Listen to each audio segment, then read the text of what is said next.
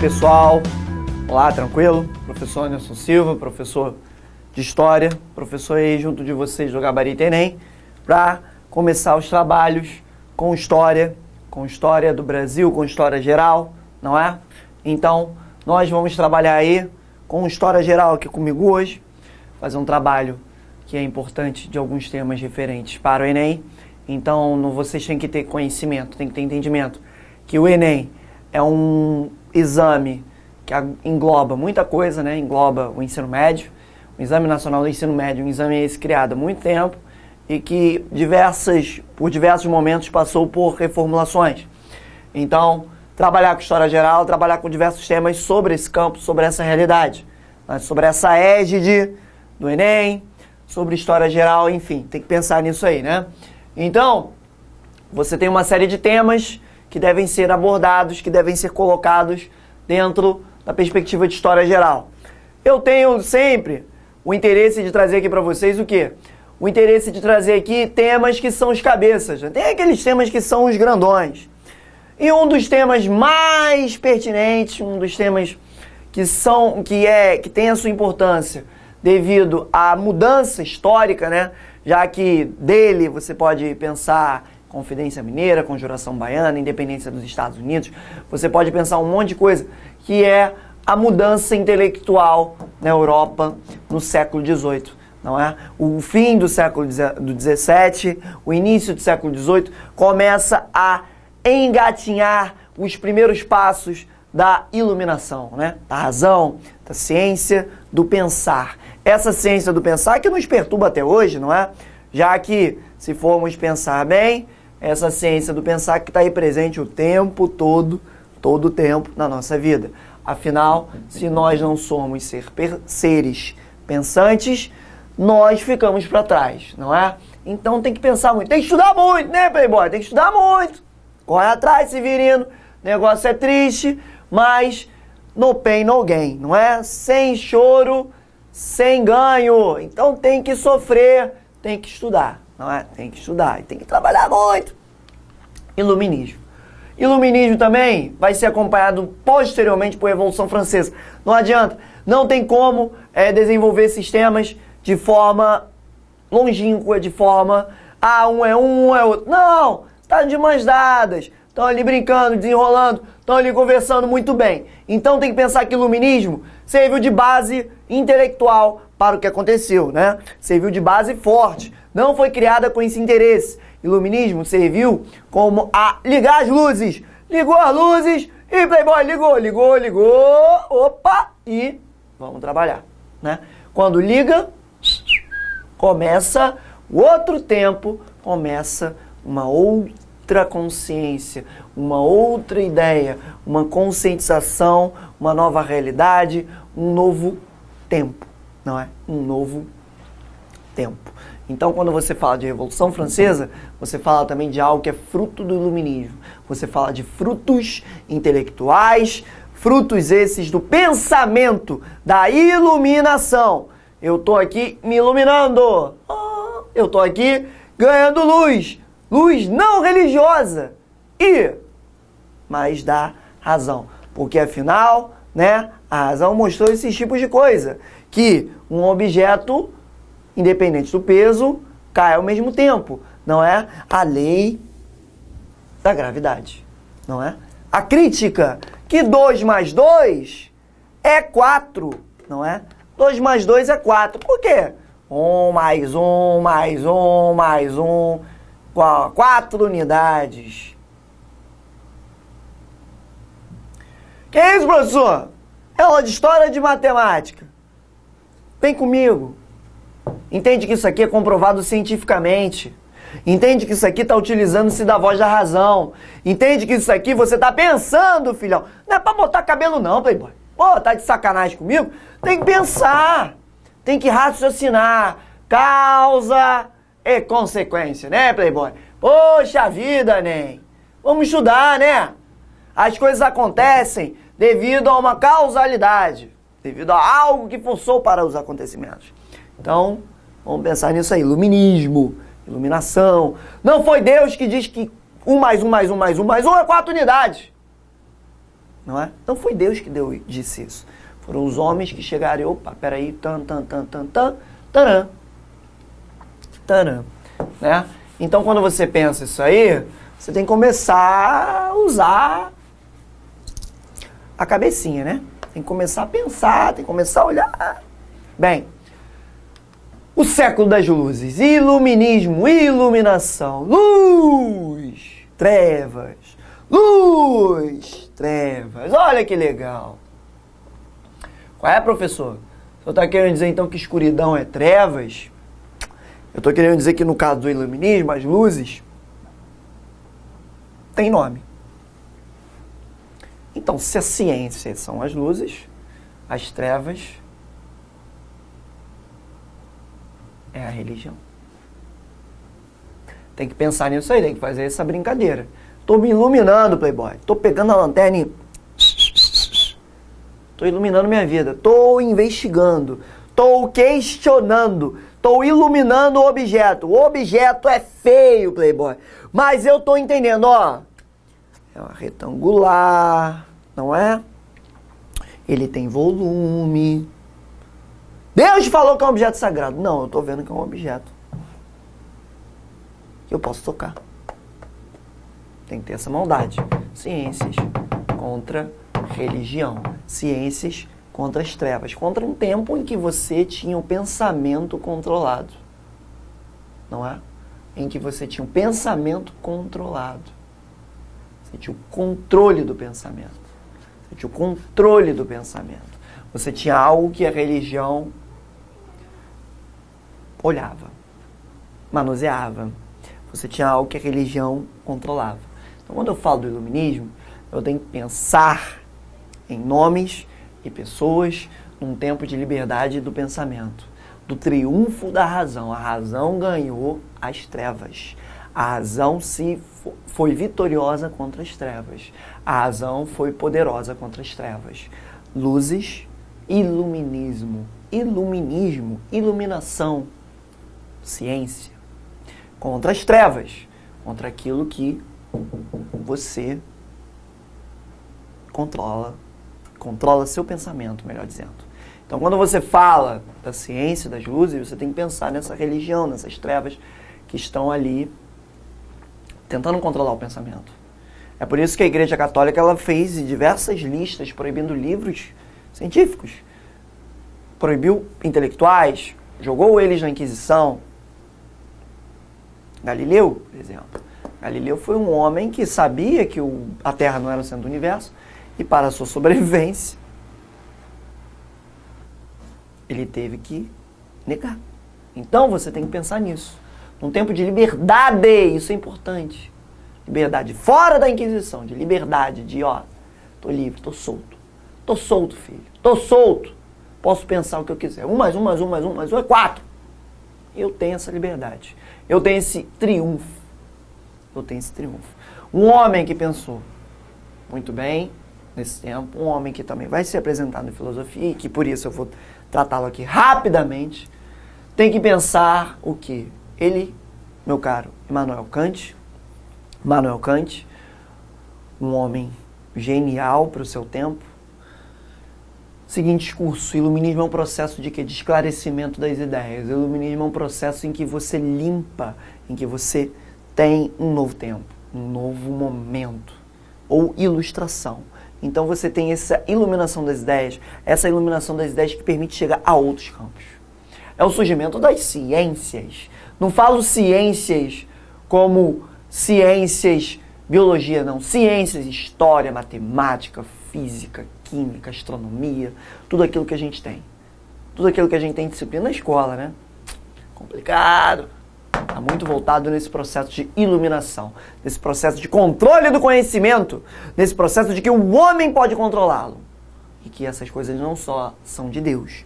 Olha a natureza que bonitinho. Projeto divino. Show de bola, hein? Peraí. E o homem não pode entendê-lo?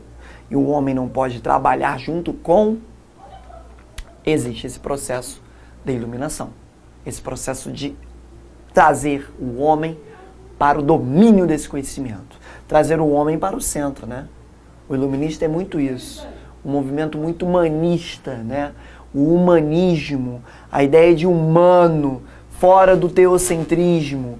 Teocentrismo é aquilo que está religião, centrada, né? Humanismo, aquilo que é centrado no homem. Teocentrismo, aquilo que é centrado na religião. Então, você tem que pensar essa ideia de enfrentamento contra as trevas, de enfrentamento, de caminho contra as trevas. Então, quando eu falo desse pensamento iluminista, eu falo de algo que está batendo de frente com a religião, de algo, de pensadores que vão começar a criticar a ordem social. Isso é importante, porque quando o cara está lá, presente, da ciência, do pensamento intelectual, ele começa a criticar a sua própria realidade social. Então, eu tenho que pensar de maneira crítica. A ciência me permite questionamento. Eu não fico lá bobolhando que nem um pastel, deixando a onda me levar. Eu saio da massa, eu viro algo intelectualizado, eu começo a pensar, eu começo a criticar aquilo que está presente na minha vida, na sociedade e as estruturas. Por exemplo, o Estado moderno absolutista, uma Revolução Francesa. Opa! Lelê, tamo junto. Muda as coisas, não muda? Muda as coisas. Então você começa a se questionar. Opa, peraí, se 2 mais 2 é 4, eu trabalho, sustento um vagabundo que se chama nobre. Eu trabalho, sustento um vagabundo que se chama nobre. Tá errado. Tá errado. Então, eu começo a pensar que eu tô questionando o mundo.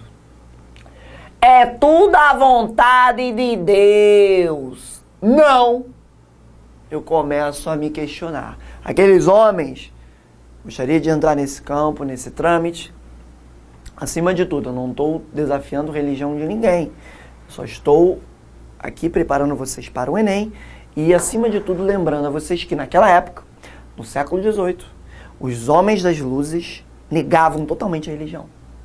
Olhavam para a religião com desprezo, porque a religião não dava questões, a religião dava respostas absolutas. Está errado.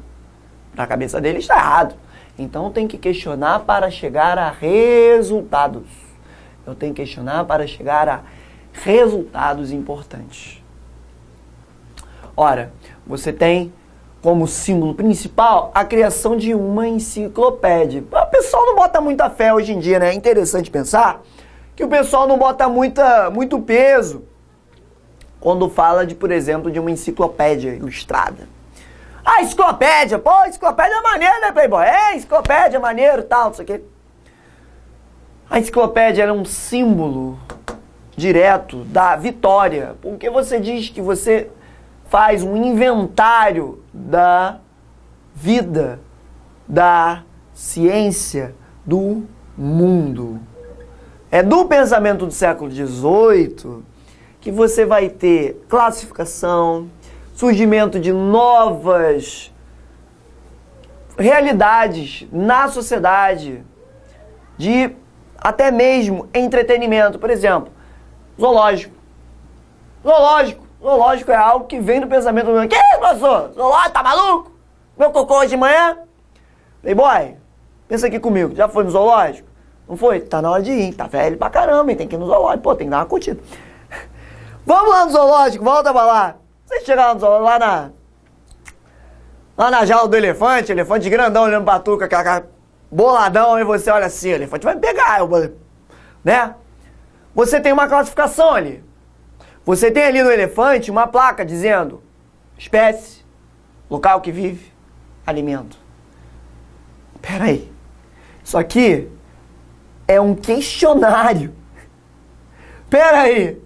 Isso aqui está presente na laicização do mundo moderno. Como eu falei, não serve só para pôr cabelo, tá? Pensa. Vamos olhar. Tá achando que o conhecimento fica fora da vida, Playboy? Poxa vida, hein? Tá dando mole comigo. Nessa altura do campeonato. Então, olha pra cá. Tem que pensar essa laicização do mundo. Esse mundo que, Deus quis assim. Não, não é assim não, playboy. É questionando, é pensando, é discutindo, é pesando, é classificando. Zoológico. Né? Então você tem essa ideia de enciclopédia que pensa na física, na química, na matemática, na língua, na estrutura social, na história, na geografia. E que isso vai ser importante, os conhecimentos humanos. Literatura, arte, música. E você tem alguns nomes importantes. Nomes até da filosofia. Diderot, Montesquieu, Voltaire. Voltaire que é um nome pesadíssimo para quem é o cara que fala em monarquias absolutas. Voltaire. Já vou adiantar aqui o birimbolo. Monarquias absolutas, quem fala, Voltaire. Montesquieu pensa, por exemplo, as premissas do governo republicano, não é? Montesquieu já pensa em coisas diversas, já pensa, edita, premissas de governo republicano Montesquieu, volta a isso.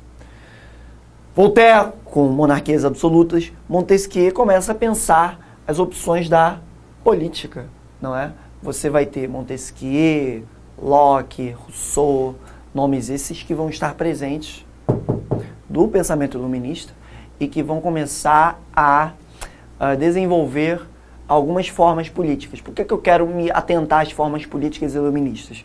Porque elas vão servir de base para pensar as críticas da Revolução Francesa, para pensar também que a estrutura de governo que nós vivemos hoje, de república, de governo eleito, de poder democrático, está muito voltado a essa laicização do mundo, onde o mundo laico, não é? O mundo religioso, ele era um mundo totalmente, né?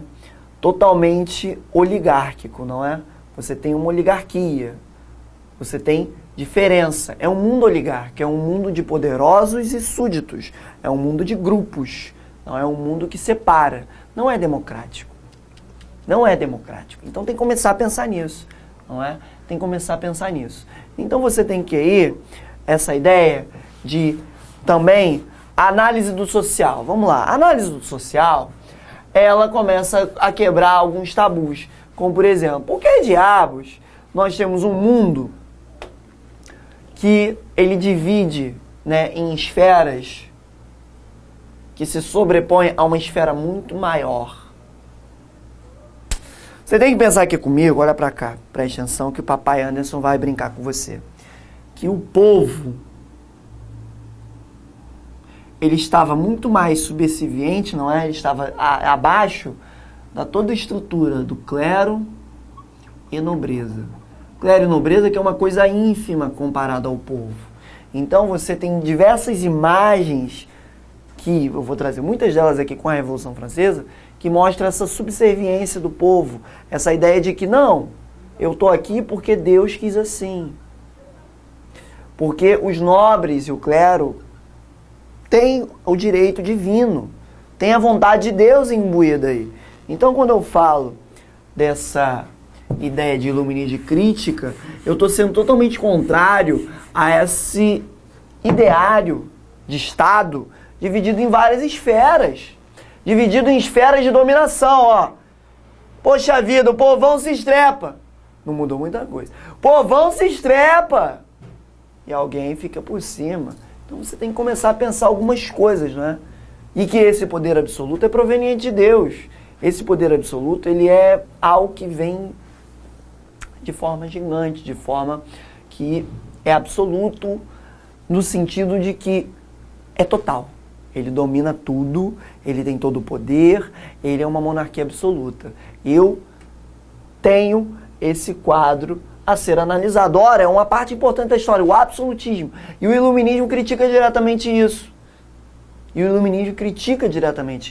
Essa ideia absoluta, essa ideia de que o poder é de um homem só. O poder está vinculado a esse homem que tem o apoio da nobreza, tem o apoio do clero apoiando de forma divina, não é? Porque esses homens são nascidos em berço de ouro. Se são nascidos em berço de ouro, começa a se questionar. Não, é a vontade de Deus. É a vontade de Deus. não é? É a ligação entre o clero e a nobreza. Então esse tipo de sociedade é uma sociedade que vai ser jogada no fogo. Uma sociedade que vai ser jogada na crítica, que vai ser jogada no fogo, que vai ser questionada devido ao quê? Bem, por que diabos, se nós podemos sairmos das trevas, sair do túnel, viado, sai do túnel, pô. E agora eu tô laicizando o mundo. Laicizar, criticar. Vou brincar com vocês, Brasil, Estado laico. Vai lá ver no STF o que tem. Lá no STF tem um crucifixo gigante. Que Estado laico, hein? Poxa vida. Estado laico, Estado fora da religião. Fora da religião. Fora da religião, beleza. Laicização do mundo. Um conhecimento esse que começa a criticar a estrutura que existia no mundo. Uma estrutura absolutista. Uma estrutura de poder divino. Tamo aí, o absoluto. L'État noir, né? L'État noir. Estado sou eu. Estado sou eu. Rei Sol, Luís XIV, tiro onda, cabeleira.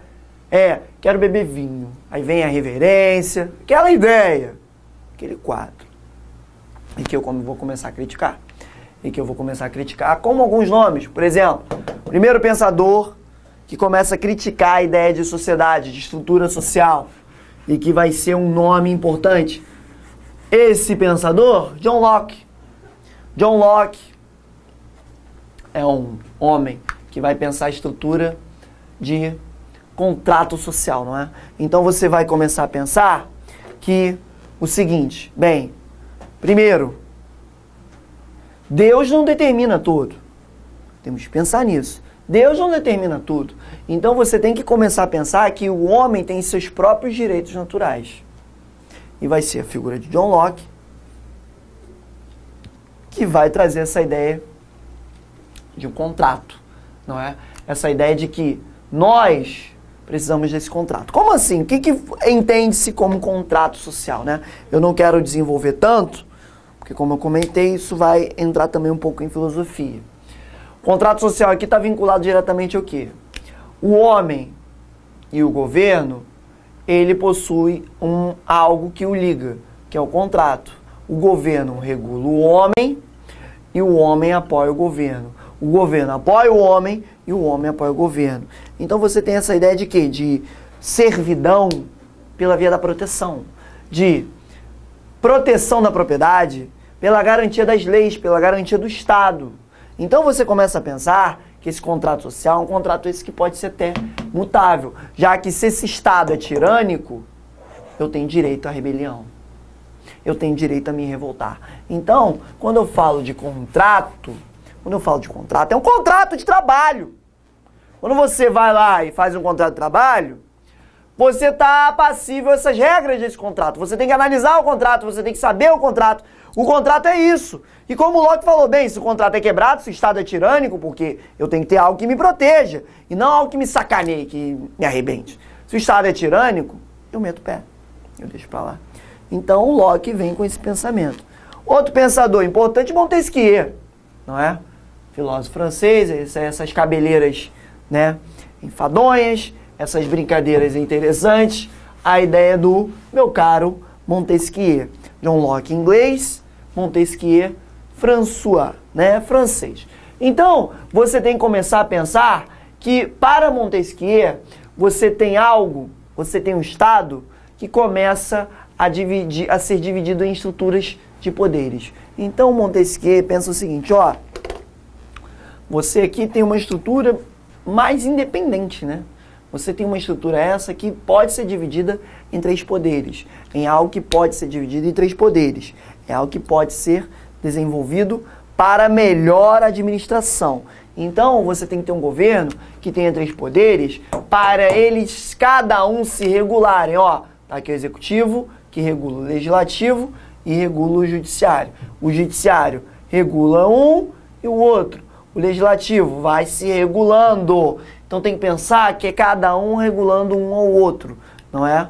Ora, você tem também a figura do meu caro Voltaire. Voltaire é um pensador que fala sobre o quê? Bem, olha só, nós temos que pensar é o seguinte, que ele já acreditava numa monarquia constitucional. Enquanto que o caro Montesquieu falava de uma ideia quase que republicana de Estado, não é?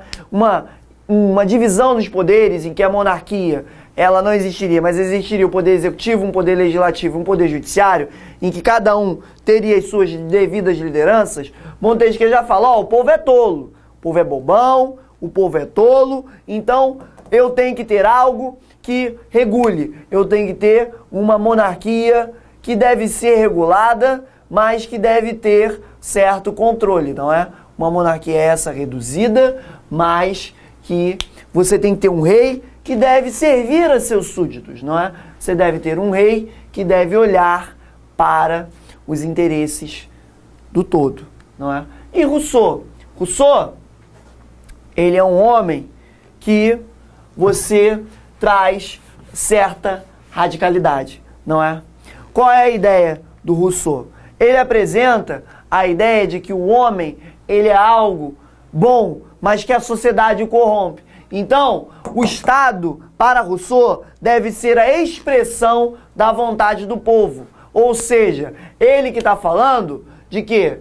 Da ideia de um governo republicano, de um Estado que deve ser democrático, não é? Então, você tem que entender que para Rousseau, a figura de rei, ela já não deve existir.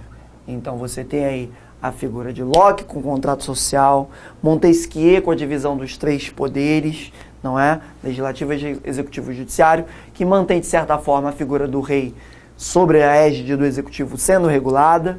Você tem também a figura de Voltaire, não é? Que pensa que o rei deve ser mais esclarecido, que deve ser a ideia de um rei que está ali no poder, mas que está esclarecido, que está ali presente para controlar, porque o povo é burro. E Rousseau que acreditava, não, o povo não é burro, o povo tem direito a ter esse contrato diretamente vinculado ao Estado. Ter esse contrato diretamente vinculado ao Estado. Desses pensamentos, você vai ter uma tendência que vai começar a se constituir naquela realidade, que é a ideia de um despotismo esclarecido. O que vai ser isso? Com medo dessas futuras rebeliões das suas próprias sociedades, alguns monarcas vão começar a ver essas práticas iluministas e vão começar a aplicar em seus governos. Por quê? Com o simples objetivo de amaciar a carne. Você amacia a carne para evitar as grandes rebeliões, para evitar um esforço para modernizar o Estado e, de certa forma, fazer algumas mudanças, não é? Algumas mudanças que podem amenizar o clima, não é? Que podem tranquilizar essa galera. Então você tem aí, na Espanha com Carlos III, Portugal, Marquês de Pombal. É um tema interessante. Lá na história do Brasil, fala das reformas pombalinas, fala da modificação da estrutura do Estado português, Frederico II, Pedro Grande, Catarina II. Alguns monarcas que trabalham com essa ideia de um despotismo esclarecido. Como eu comentei, o despotismo esclarecido tem essa realização de quê? De atribuir práticas iluministas à mão desses estados absolutistas, com o objetivo de reformas, com o interesse de impedir que certas revoltas ou rebeliões ocorram. Eu tô ali, não, vamos fazer uma mudança aí, tá ligado? Não vai ser muita coisa, mas vai ser algo que vai dar um agrado. E que vai, opa! Tamo junto. Disso aí, você vê a ponte que vem para a Revolução Francesa. O iluminismo dá esse patamar de ponte pelas radicalidades, pela monarquia constitucional, pela ideia de república. Então, as fases da Revolução Francesa já dão esse patamar. Vamos fazer um intervalo aí, tomar um café, tomar uma água, banheirinho, né? Bom, né? Daqui a pouco nós voltamos, beleza?